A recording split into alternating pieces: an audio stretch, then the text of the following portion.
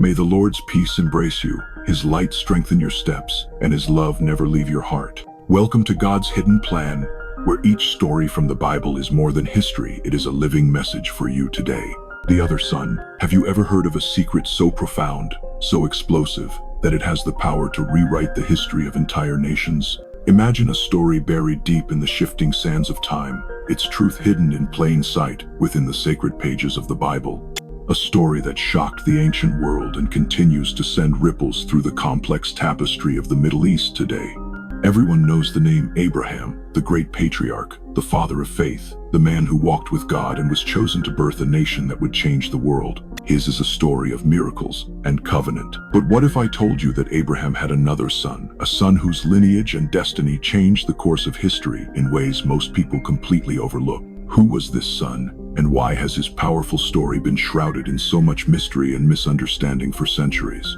Tonight, we are embarking on a journey back to the very dawn of monotheism. We will dive deep into the ancient and powerful narrative of the book of Genesis to uncover the truth about Abraham's other son, his firstborn, Ishmael. We will explore the lineage that stunned the ancient world and laid the foundation for peoples and cultures that would one day span the globe.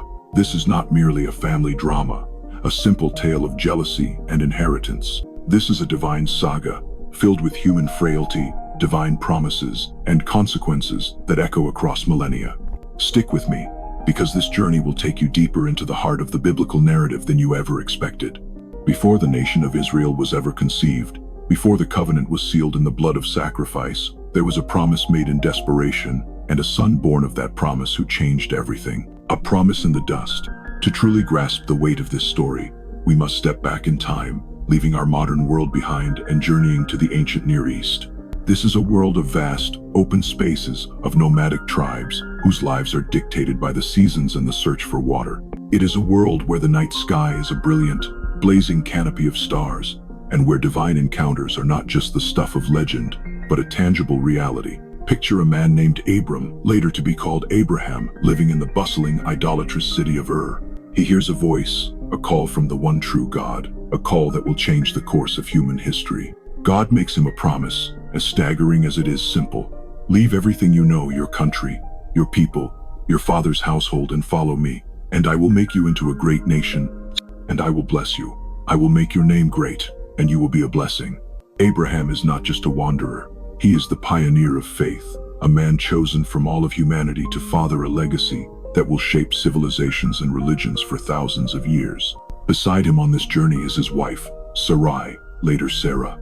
She is a woman of incredible strength and resilience, a partner in his faith, but she is also burdened by a deep and persistent sorrow, years of childlessness.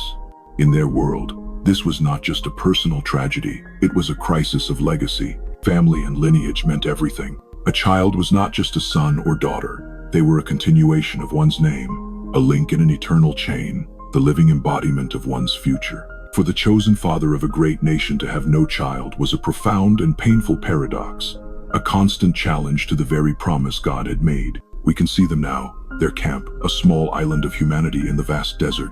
Abraham, his face weathered by the sun and wind, gazes up at the countless stars, and he hears the divine voice echo in his soul. Look up at the sky and count the stars. If indeed you can count them, so shall your offspring be.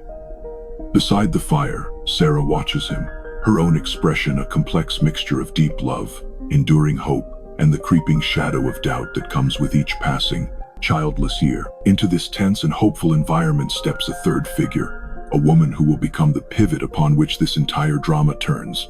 Hagar, Sarah's Egyptian handmaiden. She is not a member of the family by blood, but a servant, a woman caught in the powerful currents of a divine destiny she could never have imagined. The stage is now set for a story of immense faith, profound human struggle, and a divine plan that is far bigger, more complex, and more inclusive than anyone could have imagined. Can you picture it? A family standing on the very edge of history, waiting desperately for a miracle, entirely unaware of the heart-wrenching drama that is about to unfold within their own tents. A drama born from their own hands, but something is brewing in the heart of Sarah. The agonizing wait for the promised son is about to take an unexpected and very human turn, one that will indeed bring forth a son, but will also birth a new lineage, a new people, and a conflict that will shake the Middle East for all generations to come. The human solution. Now, here is where the story takes its dramatic and fateful turn, where human impatience collides with divine timing, setting in motion a chain of events that will echo for eternity. Imagine the tense atmosphere within Abraham's encampment. Years have passed since God first made his promise. Abraham and Sarah have grown old. The hope that once burned so brightly has now dwindled to a flickering ember, threatened by the cold wind of biological reality. Sarah, a proud and powerful matriarch, has been worn down by the quiet agony of her barrenness, the shame and sorrow that came with it in her culture. One day, her desperation reaches a breaking point. She approaches Abraham, her voice urgent, her eyes filled with a mixture of pain and determination. "The Lord has prevented me from having children," she says, a statement of both fact and accusation. "Go, sleep with my servant Hagar. Perhaps I can build a family through her." In our modern context, this suggestion might seem shocking, but in the ancient world of the Code of Hammurabi and other Near Eastern customs, this was a recognized, if not ideal, social and legal norm. If a wife was barren, she could give her handmaiden to her husband, and any child born from that union would be considered the legal child of the wife. It was a human solution to a deeply human problem. But in this case, it was a human solution to a divine promise. It was a decision born of desperation, fueled by doubt in God's method, yet clinging to a flicker of hope that this could be the way. Abraham, perhaps also weary of waiting, or simply wanting to appease his beloved wife, agrees to the plan. He goes into Hagar, and she conceives. The plan, from a purely practical standpoint, works. A child is on the way. Abraham will have an heir. But the moment Hagar realizes she is pregnant, the fragile peace of the encampment shatters. The conflict explodes, not with swords and shields, but with the quiet, devastating weapons of pride and jealousy. Hagar, who was once a lowly Egyptian servant, now carries the air of the great patriarch. This newfound status transforms her. The Bible tells us with stark psychological insight that when she knew she was pregnant, she began to look upon her mistress, Sarah, with contempt. We can see her walking through the camp, her head held a little higher, a look of triumph in her eyes. She is no longer just a servant, she is the mother of the future. Sarah, in turn, is consumed by a bitter and corrosive envy. The relief she thought she would feel is swallowed by the humiliation of seeing her servant succeed where she had failed. The son she had hoped to obtain through Hagar now feels like a symbol of her own inadequacy. Her heart hardens, and she begins to treat Hagar harshly, abusing her authority as mistress. This is not just a petty family squabble. It is a profound clash of human desires running headfirst into God's sovereign plan. God had promised Abraham a son, but was this hastily conceived child, Ishmael, the true fulfillment of that divine promise? Or was this a dangerous detour, a human attempt to force God's hand, to bring about his promise through their own flawed and impatient methods? The implicit warning had always been there. Trust in God's promise and his timing, not in human solutions. But in their pain and doubt, Sarah and Abraham had acted, and the consequences of that action were immediate, painful, and irreversible. The conflict escalates until Hagar, pregnant, alone, and distressed, can bear it no longer. She flees. She runs from the cruelty of her mistress and the complexities of her new role, escaping into the harsh, unforgiving wilderness. It is in this moment of absolute despair, as she sits by a spring in the desert, that the story takes another turn. A divine figure appears to her, an intervention that proves Ishmael's birth is not just a family event. It is a pivotal moment that will give rise to a new lineage, a new nation, and a legacy that will forever shock and shape the ancient world. A promise in the wilderness.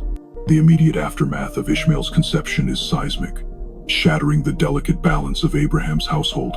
The story follows the desperate figure of Hagar as she flees into the vast, lonely expanse of the desert. Pregnant and fleeing the harsh treatment of her mistress Sarah, she is the epitome of a vulnerable outcast. She finds a small spring, a literal source of life in a land of death, and sits down, her future uncertain, her eyes filled with tears of affliction and fear. It is here, in her moment of deepest despair, that a divine intervention occurs. The angel of the Lord, a mysterious figure often understood as a direct manifestation or messenger of God himself, appears to her. The angel's words are not what she might have expected. There is no scolding for her flight, no command to simply endure her hardship. Instead, there is recognition, promise, and a startling prophecy. The angel speaks directly to her pain. "The Lord has heard your affliction. He then gives her a command and a promise that will define the rest of her life and the destiny of her unborn son. You are now pregnant, and you will give birth to a son. You shall name him Ishmael, for the Lord has heard of your misery.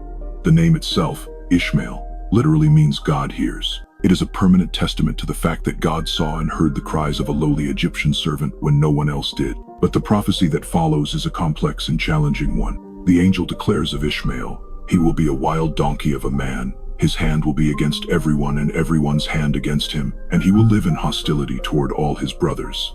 This is a form of divine judgment, not a punishment for sin, but a divine declaration of destiny. Ishmael and his descendants will live. They will thrive and multiply, but their existence will be marked by conflict, independence, and a fierce, untamable spirit. They will not be a settled, agrarian people, but free-roaming, proud, and often at odds with the settled civilizations around them. Hagar, in a remarkable display of faith, shows no defiance. She submits to the angel's command to return to Abraham's camp and to her mistress. She returns not as a frightened fugitive, but as a woman with a divine promise, the bearer of a son whose destiny has been spoken by God.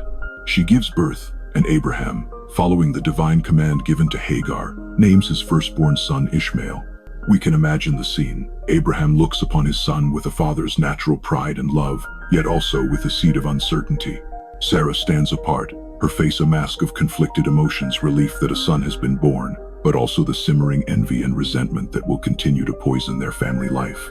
God, the ultimate authority in this narrative, has stepped in through his angel. He has affirmed Ishmael's place in Abraham's story. He has heard the cry of the afflicted Hagar and has given her son a name, a future, and a promise. The unspoken, implied question now hangs over the camp.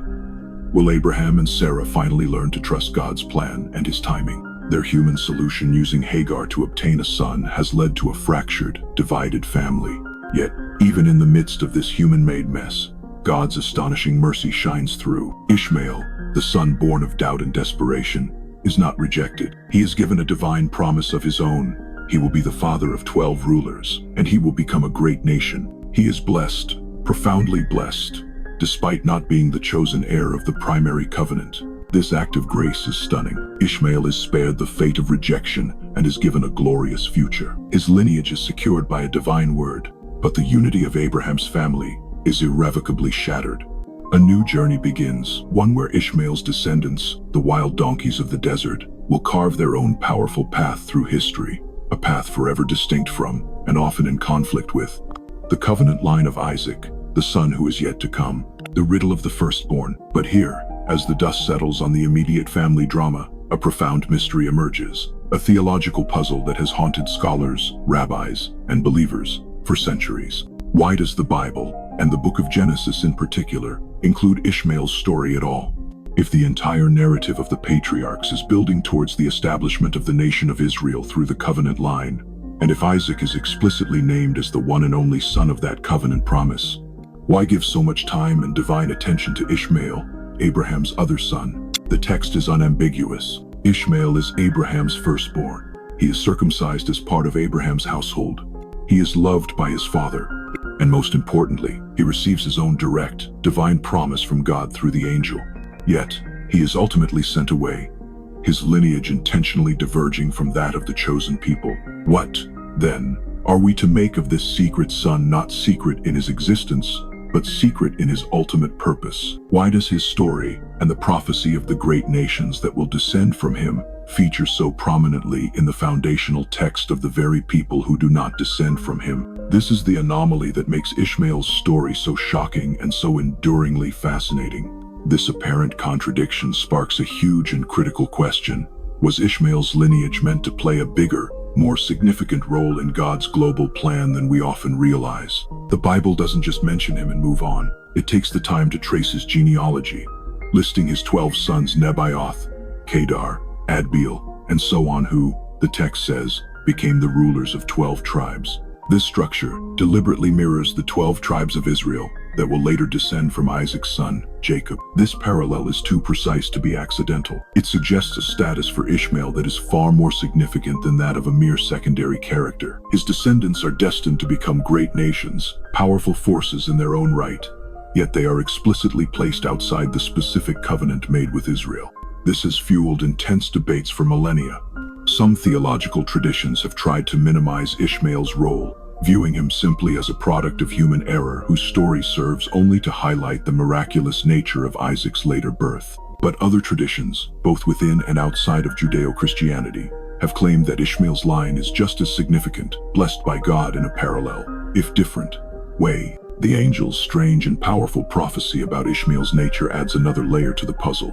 What does it truly mean that he and his descendants will be a wild donkey of a man, with their hands against everyone and everyone's hand against him? Is this a curse, condemning them to a life of endless strife, or is it a blessing, promising them a life of fierce independence, untamable freedom, and rugged resilience in the harsh desert environments where they will make their home? The text leaves it open to interpretation, a riddle of a prophecy for a son who represents a riddle in God's plan. The story of Ishmael forces us to ask uncomfortable questions about what it means to be chosen and what it means to be blessed, suggesting that God's plans are far more intricate and inclusive than our simple categories often allow. Echoes in history and faith.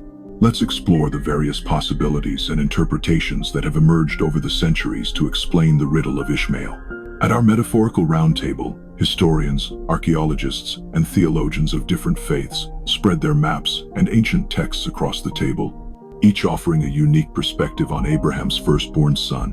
One powerful theory suggests that the story of Ishmael is a profound cultural and theological reflection of ancient tribal dynamics. In the ancient Near East, the principle of primogeniture, where the firstborn son inherits the primary blessing, the authority, and the leadership of the family, was a deeply ingrained and almost sacred tradition. Therefore, the story of Ishmael's birth, followed by his exclusion from the primary covenant in favor of a younger, yet-to-be-born brother, would have been a shocking and radical reversal of tradition.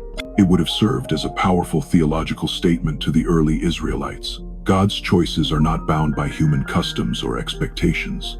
His sovereignty supersedes even the most established cultural norms. He chooses whom he will choose. Scholars who favor this view often point to archaeological evidence from the vast Arabian Peninsula.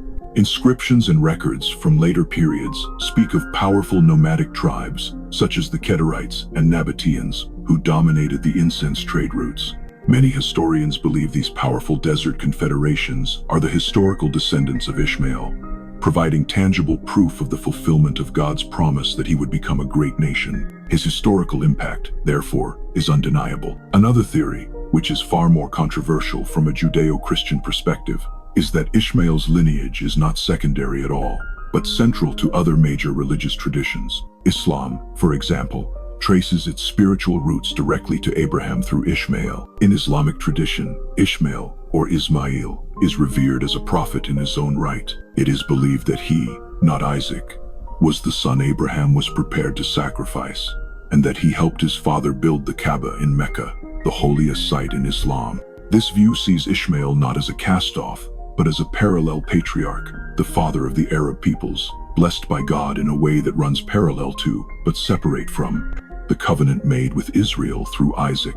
This interpretation explains the significance given to Ishmael in Genesis as a way of acknowledging the shared Abrahamic roots of these great peoples, while maintaining the distinctness of each one's divine mission. But here is the catch. While these theories are compelling and historically rich, they often rely on later texts, traditions, or interpretations that fall outside the Bible itself. The Islamic account is based on the Quran, written 2,000 years after the events of Genesis, and the cultural theory, while plausible, can sometimes minimize the divine agency clearly present in the text. Genesis itself remains laser-focused on its primary narrative, God's unfolding covenant with Abraham, which he explicitly states will be established through Isaac. The Bible doesn't tell Ishmael's full story or the story of his descendants in detail. The Bible's relative silence on Ishmael's later life, after he is sent away into the desert, leaves us wondering, why introduce him with such dramatic flair, give him a divine promise, and list his 12 princely sons, only to have him effectively exit the main stage of the biblical narrative? The answer might not lie in seeing him as a rival to Isaac, but in seeing him as a testament to the breadth of God's plan. Perhaps his story is included to teach a crucial lesson, that God's care and his promises are not limited to the chosen line. Every life, even those living outside the bounds of the specific covenant with Israel, has a purpose and a place within God's sovereign design. blessed but not chosen. So, after sifting through the layers of history, culture, and later religious tradition, what is the most accepted explanation for Ishmael's prominent role within the biblical text itself? When we read the story with a focus on its own internal logic and theology, a clear and consistent message emerges. Most biblical scholars agree that the story of Ishmael is included primarily to demonstrate the immense scope of God's faithfulness and mercy, showing that his blessings extend even to those who are outside the specific covenant line. Genesis is painstakingly clear on one point: Isaac is the promised son of the covenant. God says to Abraham unequivocally, "It is through Isaac that your offspring will be reckoned." This is the central, non-negotiable trunk of the tree of salvation history, as told by the Bible. However, the text is equally clear that Ishmael is still Abraham's beloved son, and as such, he too is the recipient of a powerful and binding divine promise. God's response to Abraham's plea for Ishmael is one of profound reassurance. "I have heard you. I will surely bless him. I will make him fruitful and will greatly increase his numbers. He will be the father of 12 rulers, and I will make him into a great nation." This dual promise is key. Ishmael is blessed, but not chosen for the covenant role. He is loved, but not the heir of the primary promise. This distinction is crucial. The prophecy given to Hagar about her son that he will be a wild donkey of a man is not a curse. In the context of the desert, a wild donkey was a symbol of freedom, resilience, hardiness, and an untamable spirit. It was a promise that Ishmael's descendants would survive and thrive in the harsh wilderness, a people who could not be subjugated. It promised a life of conflict, yes, but also a life of fierce liberty. In the ancient Near East, bitter family disputes over inheritance and status were incredibly common and often led to violence and the complete disowning of one branch of a family. God's direct intervention in Ishmael's story is therefore unique and merciful. The text leaves room for Ishmael's descendants, the Ishmaelites, to become the great desert nations that they did, who appear later in the biblical narrative as powerful traders. It was Ishmaelite traders, after all, who bought Joseph and took him to Egypt, and sometimes as formidable warriors. This was necessary in the cultural context of the time. By showing his care for Ishmael, God demonstrates that his promises and his character are trustworthy, and that his benevolent sovereignty extends beyond the borders of Israel. This is a pattern we see mirrored in other biblical stories. Jacob is chosen for the covenant, but his twin brother Esau is also blessed and becomes the father of the nation of Edom. God's plan prioritizes his chosen covenant line through Jacob divided by Israel, but it does not abandon or curse the line of Esau. Similarly, Lot's sons become the fathers of the Moabites and Ammonites, nations that are often in conflict with Israel, but are still recognized as part of the broader family of humanity under God's sovereign watch. Over time, as Israel's national identity was forged in the Exodus and the giving of the law, Ishmael's story became a foundational reminder. It taught them that while they were uniquely chosen for a specific covenant purpose, God's mercy and care extended to all. Ishmael's lineage, though separate and distinct, was never a mistake or an afterthought. It was always a part of God's intricate and sovereign plan for all the nations of the earth, the princes of the desert. While the book of Genesis provides the foundational story of Ishmael, its focus remains squarely on the covenant line that will lead to Israel. After Ishmael and Hagar are sent away into the wilderness of Paran, their specific story fades from the primary narrative.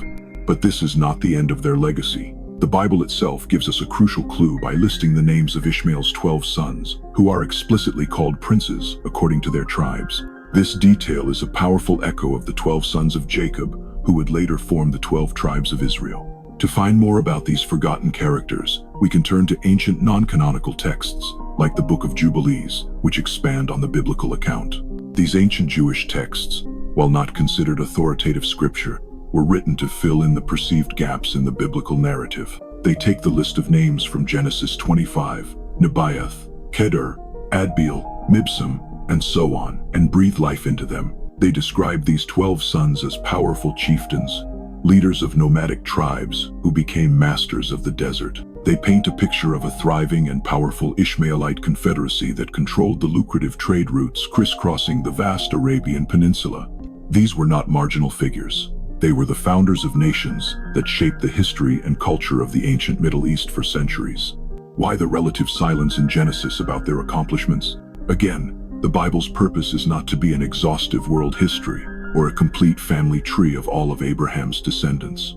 Its focus is theological, tracing the one specific line of promise through Isaac. The details of Ishmael's powerful descendants are mentioned to prove the faithfulness of God's other promise that he would indeed make Ishmael into a great nation. The listing of the 12 princes is the definitive proof of that promise's fulfillment. Later biblical stories seem to confirm this legacy. The traders who buy the young Joseph from his brothers and sell him into slavery in Egypt are identified as Ishmaelites. The book of Isaiah later speaks of the flocks of Kedar and the rams of Nebaioth, two of Ishmael's sons, as symbols of the wealth of the nations that will one day come to worship God. And what of Hagar, the Egyptian servant who started it all? Her story is one of the most remarkable in Genesis. Her name itself means stranger or sojourner, perfectly embodying her status as an outsider. Yet, she is one of the very few people in the entire Bible to give God a name, calling him El Roi, the God who sees me. This destitute, abused, foreign servant has a direct, personal encounter with God in the wilderness, receives a divine promise for her son, and becomes the matriarch of a great people. Her story is a powerful testament to God's heart for the outcast, the oppressed, and the forgotten. These apocryphal details and the subtle clues within the Bible itself, though speculative, paint a rich and compelling picture of Ishmael's lineage. It was a lineage that, while not chosen for the covenant, was never abandoned or forgotten by God. The story of Ishmael is shocking, precisely because it reveals a God whose care and blessing extend far beyond the neat lines we often try to draw. It shows a God who hears the cries of a servant girl in the desert and raises up princes from her son. God's sovereign hand. Let's zoom out one final time to consider the broadest implications of Ishmael's story. This narrative is not just about a family dispute or the origins of ancient peoples. It is a profound theological statement about God's sovereignty over all of human history and the surprising, often counterintuitive ways his plan unfolds. In the ancient world, lineage and birth order defined identity and destiny. The firstborn son was paramount. A child, born to a servant, was of a lower status. Human culture had its rigid rules and expectations, but the story of Ishmael shows a God who consistently works outside of, and often in direct opposition to, these human norms. Ishmael's birth and blessing fundamentally challenge our neat ideas of who is chosen and who is outside. Why did God allow this to happen? Why did he include Ishmael so prominently in the story? Perhaps it was to teach a crucial lesson from the very beginning of Israel's history, that God's love and his purposes extend far beyond the borders of one nation, even in a world that was deeply divided by tribes, clans, and rivalries. It was a built-in reminder that while Israel had a unique covenant role, they were never meant to believe they had a monopoly on God's care or blessing. The concept of Ishmael being a wild donkey of a man is central to this. It suggests a destiny marked by freedom, resilience, and a life lived on the margins, in the vast and untamed spaces of the desert. This stands in stark contrast to the destiny of Isaac's descendants, who were promised a specific, cultivated promised land.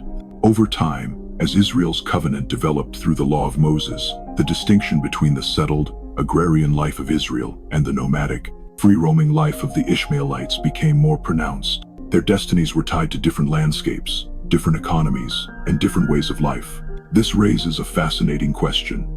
What does it mean to be blessed by God, while living outside the framework of his primary, redemptive plan through Israel? The story of Ishmael suggests that it means to be under God's sovereign care, to have a purpose, a destiny, and a legacy, even if it is not the central one in the biblical narrative. It is a powerful affirmation of God's universal care for all of humanity, a truth that shapes our understanding of his character. He is not just the God of Israel, he is the God of all the earth, and his hand is upon the princes of the desert just as it is upon the kings in Jerusalem. Ishmael's story is a permanent reminder that God's plan is an intricate, multi-layered tapestry, and every thread has its purpose.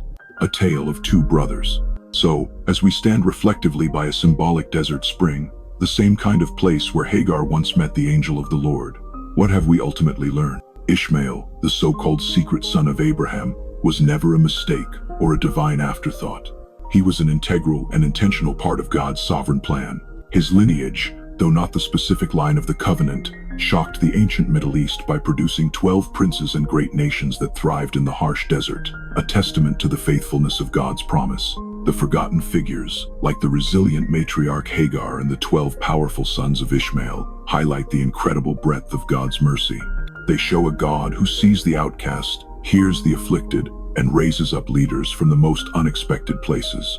The profound contrast between the destinies of the two half-brothers, Ishmael and Isaac, reveals two distinct but parallel paths flowing from the same father, Abraham. One path, through Isaac, is the path of a specific, exclusive covenant, a chosen line that would eventually bring forth the nation of Israel and, ultimately, the Messiah. The other path, through Ishmael, is a path of a more universal blessing, a promise of greatness and posterity outside the confines of that specific covenant.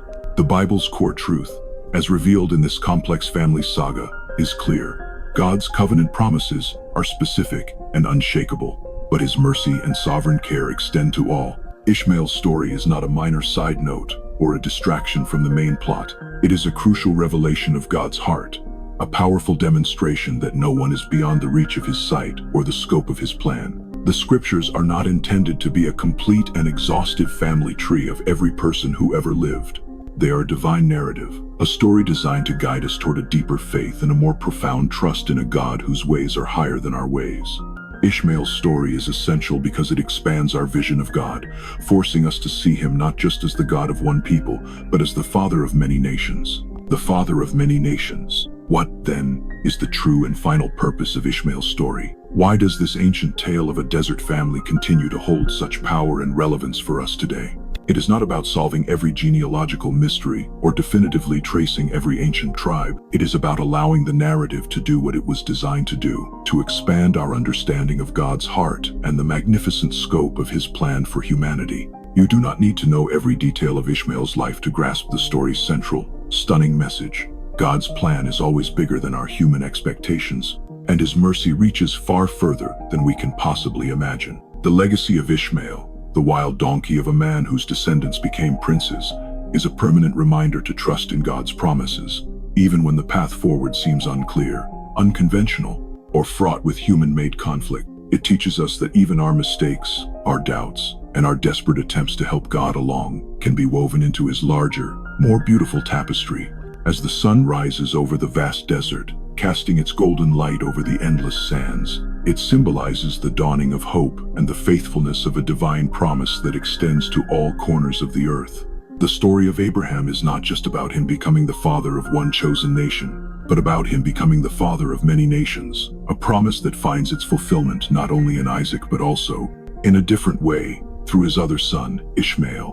Now, I want to hear from you. What does Ishmael's story teach you about the nature of God's plan? How does it challenge or expand your view of faith and what it means to be blessed? Drop your thoughts, your questions, and your insights in the comments below. Hit that like button if this journey has given you a new appreciation for this biblical bombshell, and share this video with someone else who loves to explore the rich and complex stories of the Bible. Let's keep this important conversation alive. Until next time, keep seeking God's truth, keep trusting His promises, and walk in His boundless mercy.